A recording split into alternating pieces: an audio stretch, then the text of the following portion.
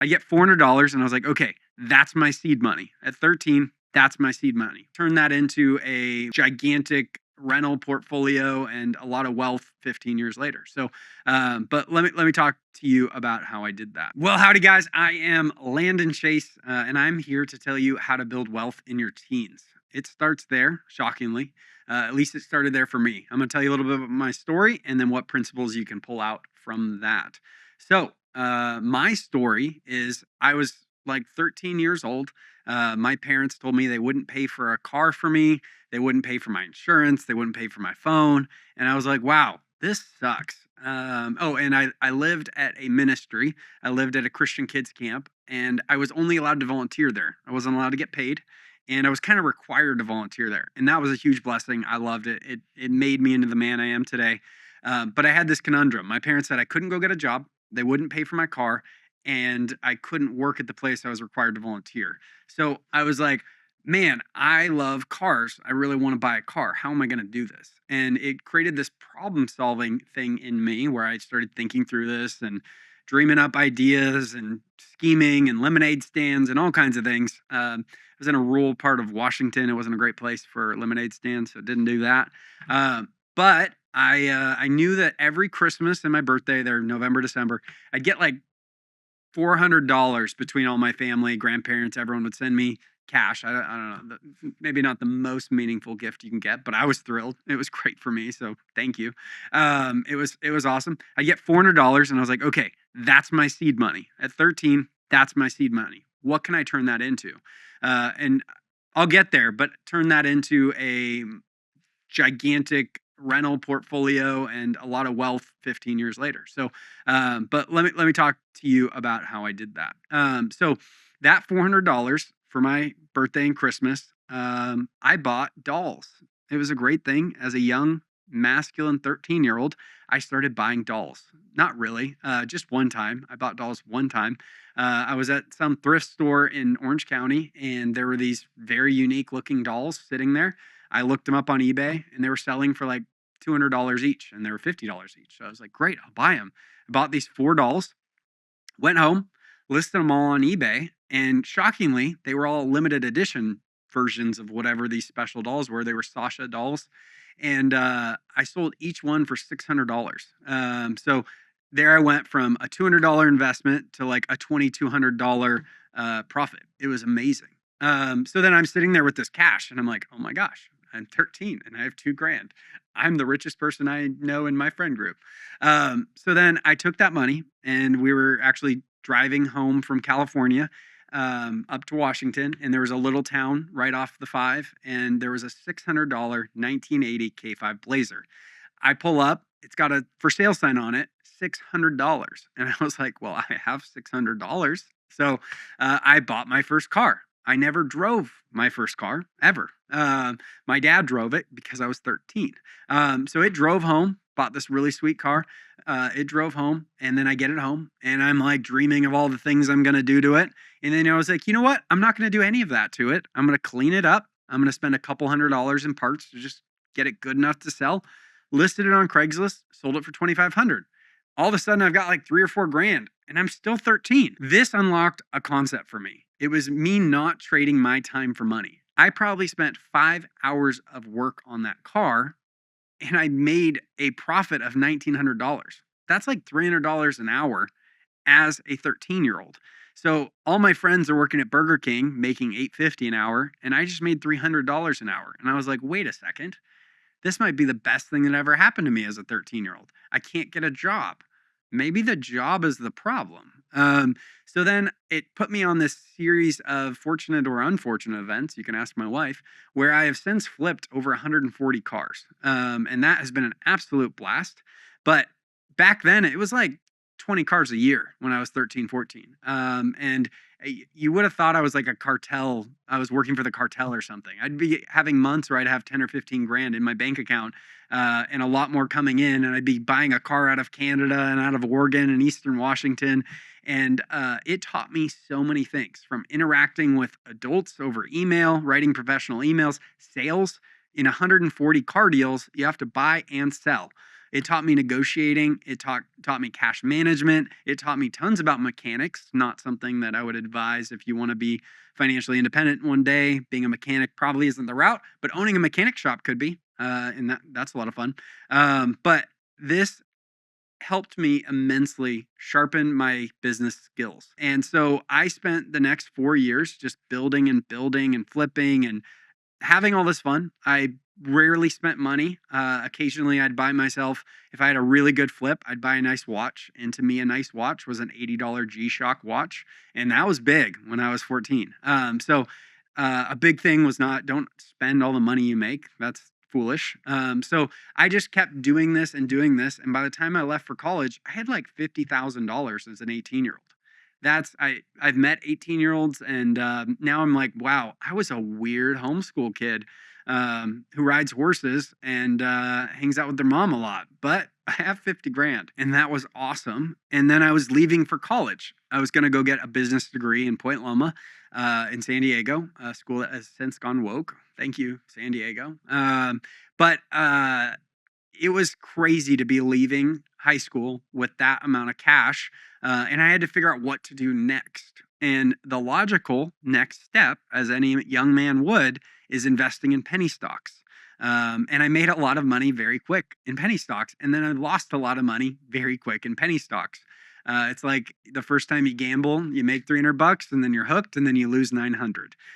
So I all of a sudden gained a bunch of money, lost a bunch of money. It was a hard lesson, but a good lesson. Warren Buffett says any money you lose in the stock market is just the cost of your financial education. Fully agree with that. It's a painful one.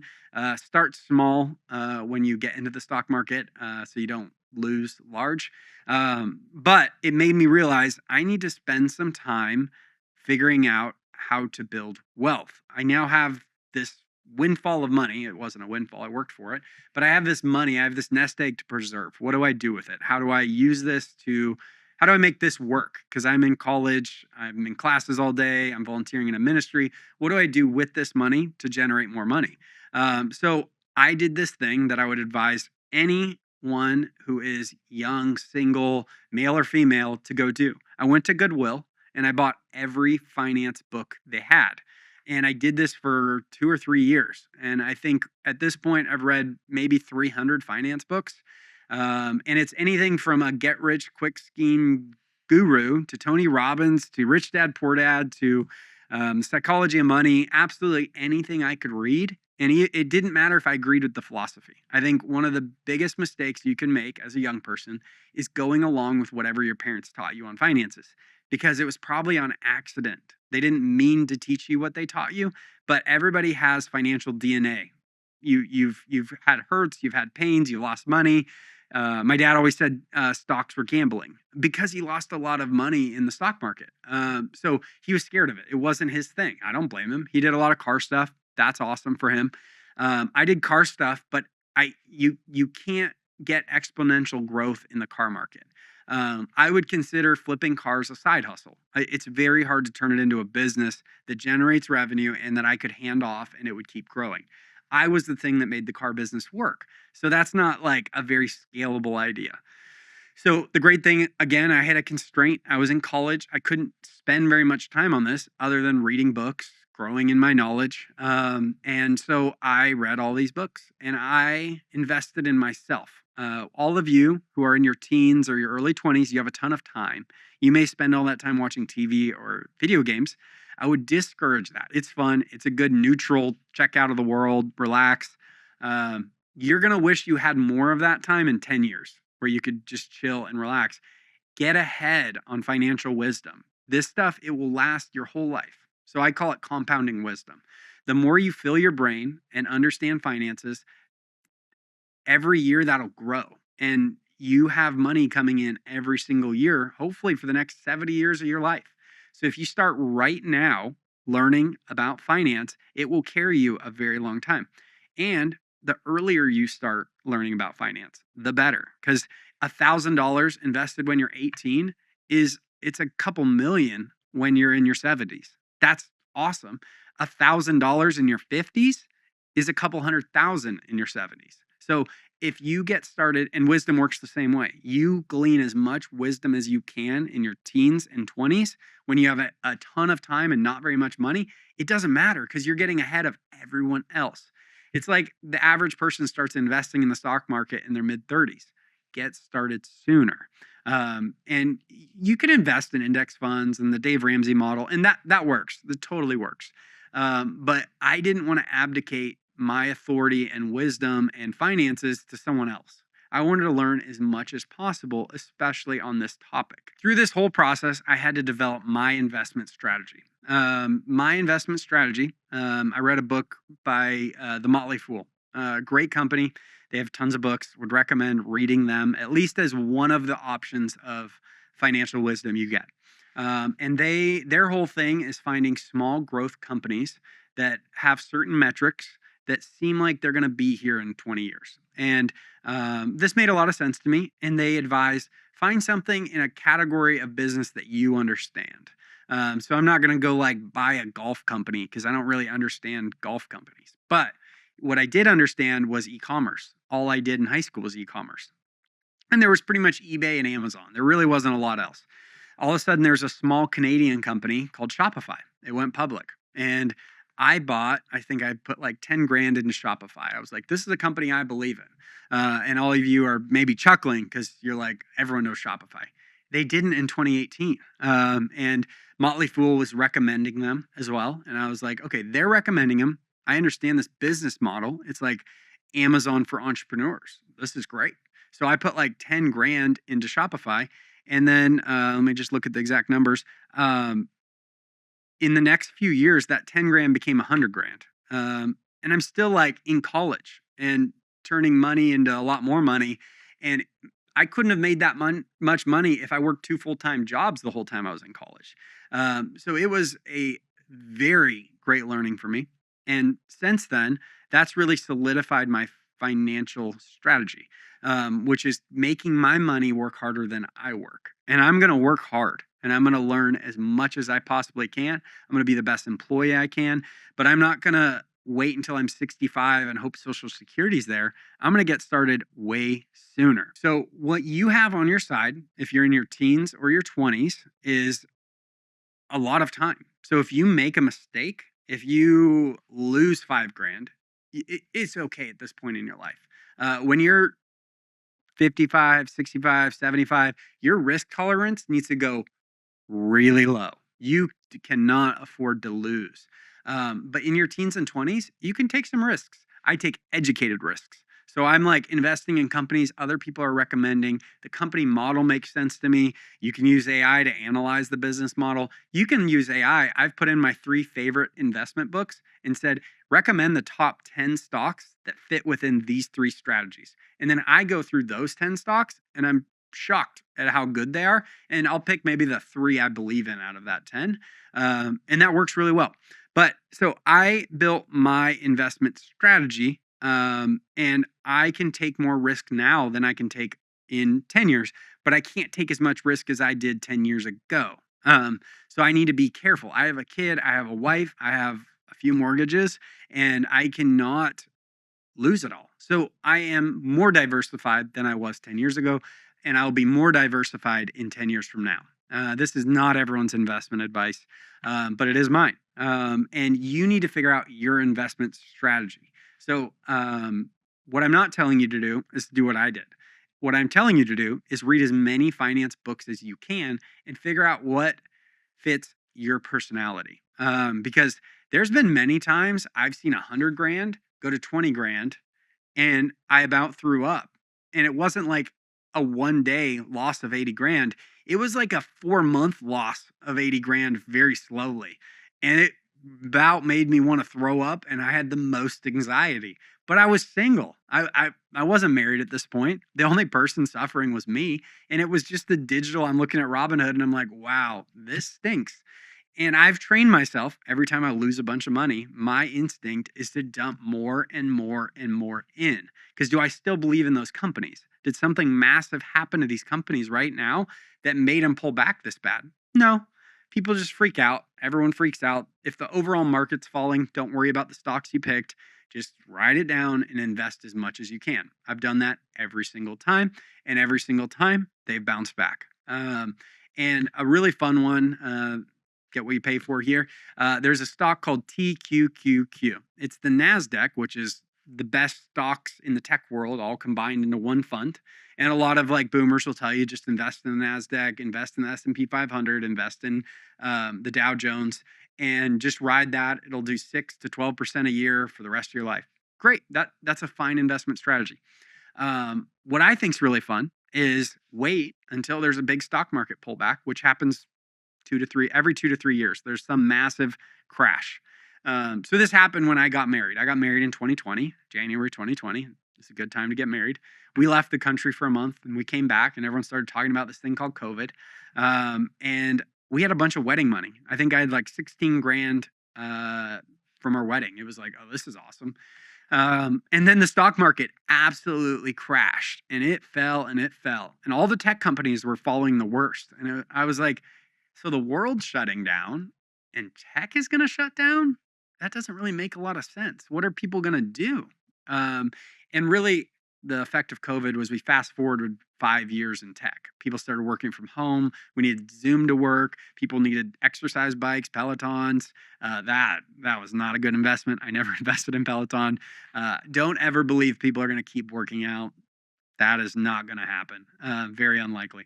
But so I took all of that money and I put it into tech stocks, into TQQ, because it fell horribly bad. I think it fell from 80 to 20. It was $20. And I was like, I'm going to put all the money I could put into this. I sold my car. I sold my wife's car. We downsized to one car without air conditioning in Arizona heading into summer and invested everything we could. That 25 grand that we were able to get into the market, it turned into, I think it was like 130 grand a year later because everyone freaked out and we didn't.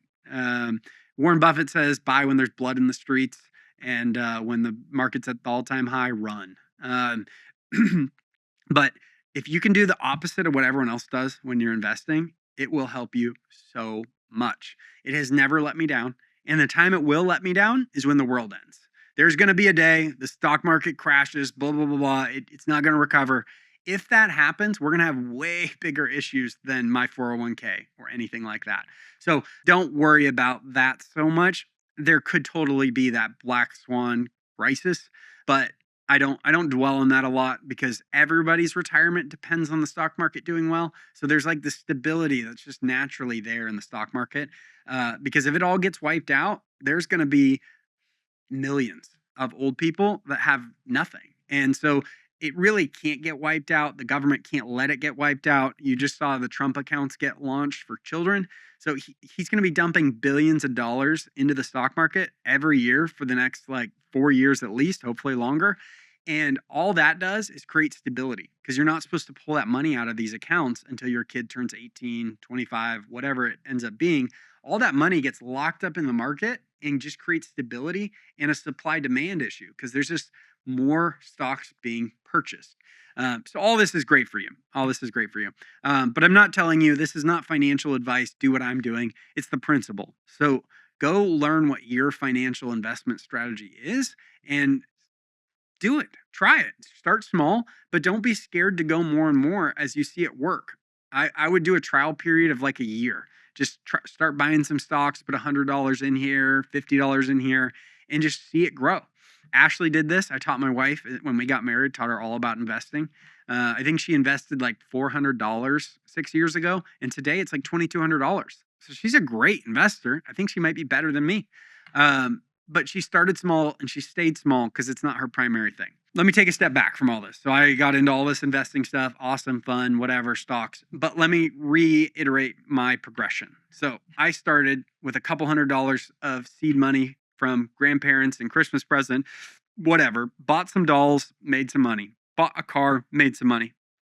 All through high school, generated a bunch of money flipping cars. Should you flip cars? Probably not. I loved cars. I lived and breathed cars. You need to find something you're passionate about. So I've committed myself. I'm not going to have any hobbies that don't make money. I had a buddy he loves golfing. He's starting to flip golf clubs. Buy them on Facebook Marketplace, sell them on eBay. Most money I've made is just poor marketing.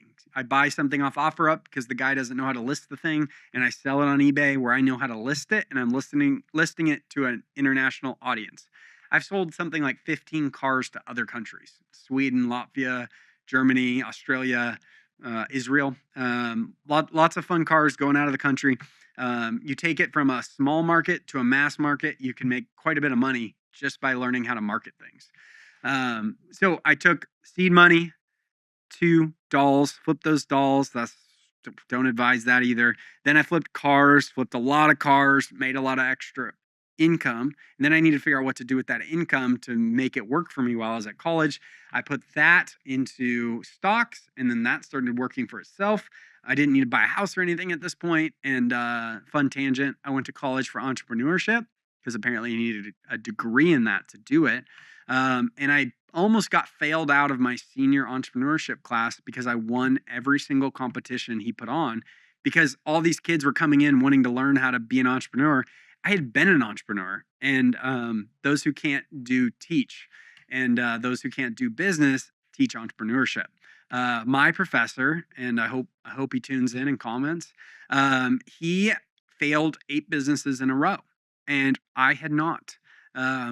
For whatever reason, maybe because I just started small and didn't do anything where I could fail that big. I haven't failed a lot in my life. I've pivoted.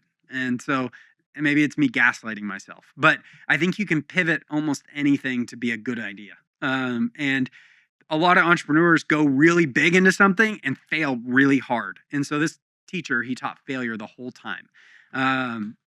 We had this $5 challenge, and I was coming in 2 or 3 years younger than all the seniors at this point. I did college and high school, so I was 2 years into college, coming into college for real. And so I was in a senior level class as a freshman, and he had this $5 challenge. So he'll give you $5, and you need to multiply it as much as possible and come back and do a presentation, and the winner gets extra credit. And I was like, cool. And the cocky freshman that I was, I asked him what the record was. And he laughed at me and he said, "Oh, yeah, you think you're going to break the record?" And I said, "Yes, sir." And he goes, "It's $298. And I was like, "Okay, cool." And he looked at me like I was the biggest idiot freshman he had ever met. Fast forward, I come back in $750 later, and I tripled the record at the college. And he gave me a C- because my idea wasn't very original. I'll tell you what my idea was. I took $5, put it in my car, and filled it up with gas. Freshmen aren't allowed to have cars at Point Loma. I was, because I was coming in as a junior at that point, but I lived in the freshman dorm. I offered rides, and I got a bunch of people in my car, gave them one ride. I ended up with like $60 or $70. And then I went on Craigslist and went back to what I'm good at and looked for auto parts. Went all over, and I found a tilt steering column for a 1970 Mustang. Most people wouldn't know that was worth anything. It was $50. Thrilled. Took that home, cleaned it up, listed it on eBay for $750. Immediately sold. Within 7 days, I had taken $5, turned it into $750, and got a C- because that's not a very original idea. I did keep the $750, and I got my C-, and I got the extra credit. And that pretty much explains my relationship with my professor at Point Loma for my entire college experience. I kept crushing all of his competitions. We had a Shark Tank at the end of the senior year where they brought in business professionals. We had to make a business pitch. And I came into that. The business professionals tried to buy my company and offered me a full-time salary. And I turned them down because my idea was too good to just hand over to a bunch of guys in a room like that. And he gave me a B-, but I won the competition. So I ended up getting a passing grade in the class. But I do not go to college for entrepreneurship. That's just my take on it. But all right, going back forward. So I get married, and I want to buy a house with my wife. And I thought I needed to have years of income and blah, blah, blah, blah, blah. Turns out you need to have a job for about a month to qualify to buy a house. You need 2 sets of pay stubs. So my wife and I, we bought a house. I was able to put a down payment with some of the stock money, bought a house. And it happened to be in 2019, right before COVID. Buy that house. We're heading into marriage. We get married. We then lived together in that house, making our $1,900 a month mortgage payment, which was a lot for us at that point of our life. We do that for about 2 years, and then it came time to sell that house. COVID had happened. Housing market seemed crazy. We ended up selling that $387,000 house for $600,000. And I was like, you've got to be kidding me. I only put this much money into the house and they're giving me back this much. And all I did was make a $1,900 a month payment and they paid me 10 grand a month to live here. This is crazy. And that's tax-free money. The government, if you own a house for 2 years, and I sold it 2 years to the date, they will give you up to $500,000 tax-free. You know how long it would take to make, it was like, what was it, 220 grand that we made on that first house sale? It would take me years to make that in a normal job because you get taxed. I didn't get taxed on this house sale. That was awesome. From there, we took all that money, we paused, we rented a house for about a year. I think some of the worst decisions you can make is speeding through and just making urgent decisions. I think the best things young people can do, take a gap year before college, do an internship, work for free, do something to gain a bunch of experience. That's way better than going to college. And then financially, don't rush decisions. So we had no reason to go buy a house immediately. The market was crazy. Houses were flying off the shelf in Arizona. So we took a pause. We rented a house for 12 months. And in that time, we were able to assess, well, what are we looking for? We took a walk. We prayed a lot. We started seeing some houses. And we walked by this house that was like, oh my gosh, that would be like our dream end zone house. This thing's crazy, way over our price range. And I was like, there's no way we could ever figure this out. God, you'd have to do this, then this, then this. And maybe it could work. And literally the next 3 days, those things happened. The price got reduced a crazy amount. This confirmation happened, then this confirmation happened. And I was like, you know what? Okay, I'll walk this with wise counsel. It's a big 1.25 acre property. It has a guest house. It has a main house.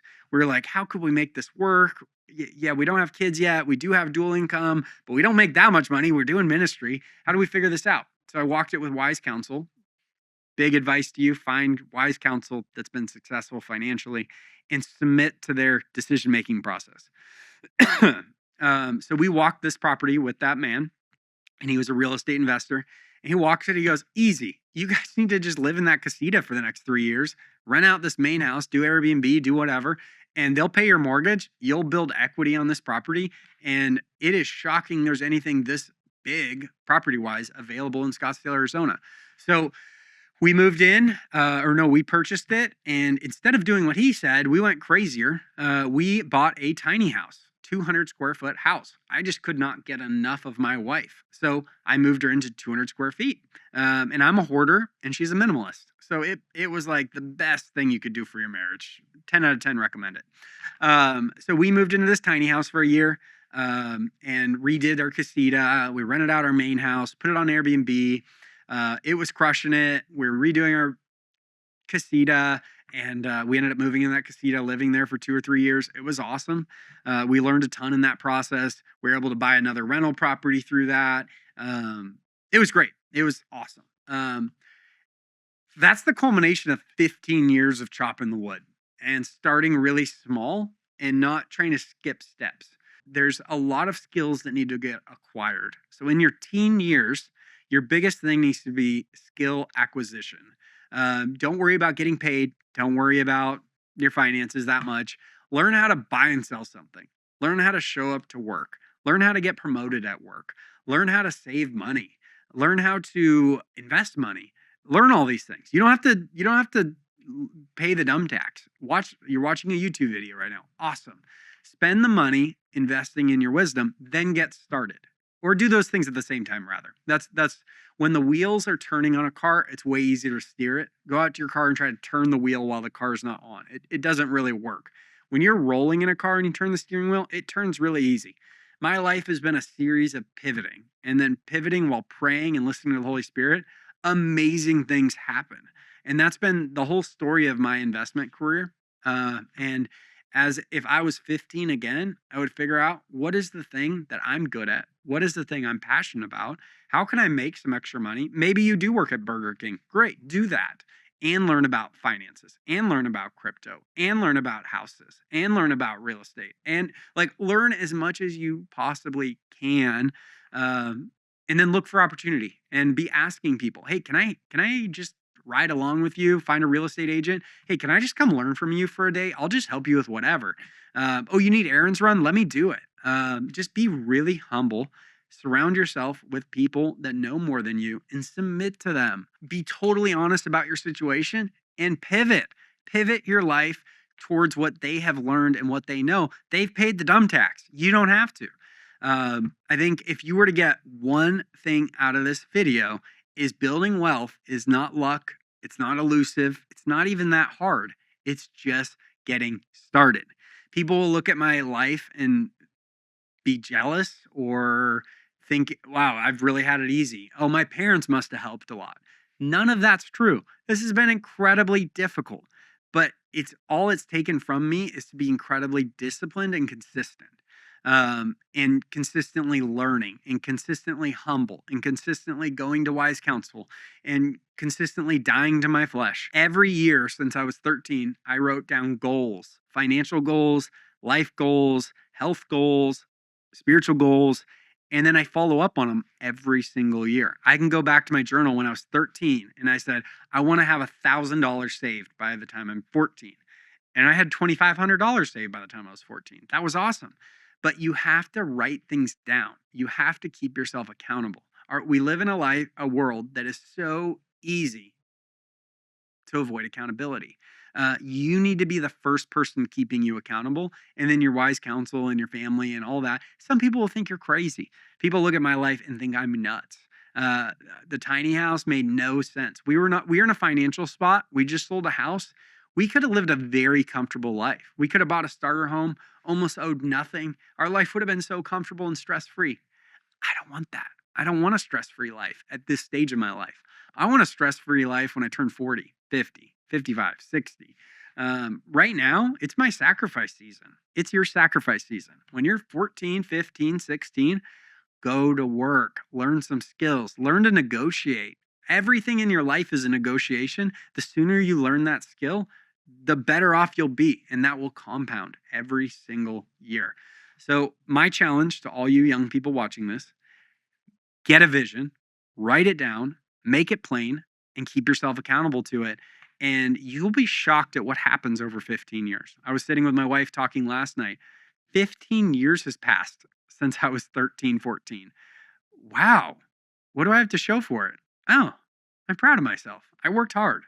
I'm going to keep working hard. I'm not going to get comfortable. I'm going to keep making my life harder than it needs to be. And I'm going to submit to the Lord and wise counsel and see where I'm at in 15 years. So thank you guys for tuning in. If you made it this far, really appreciate it. And hopefully this content was helpful. If there's anything else you'd like me to talk about, feel free to drop it in the comments.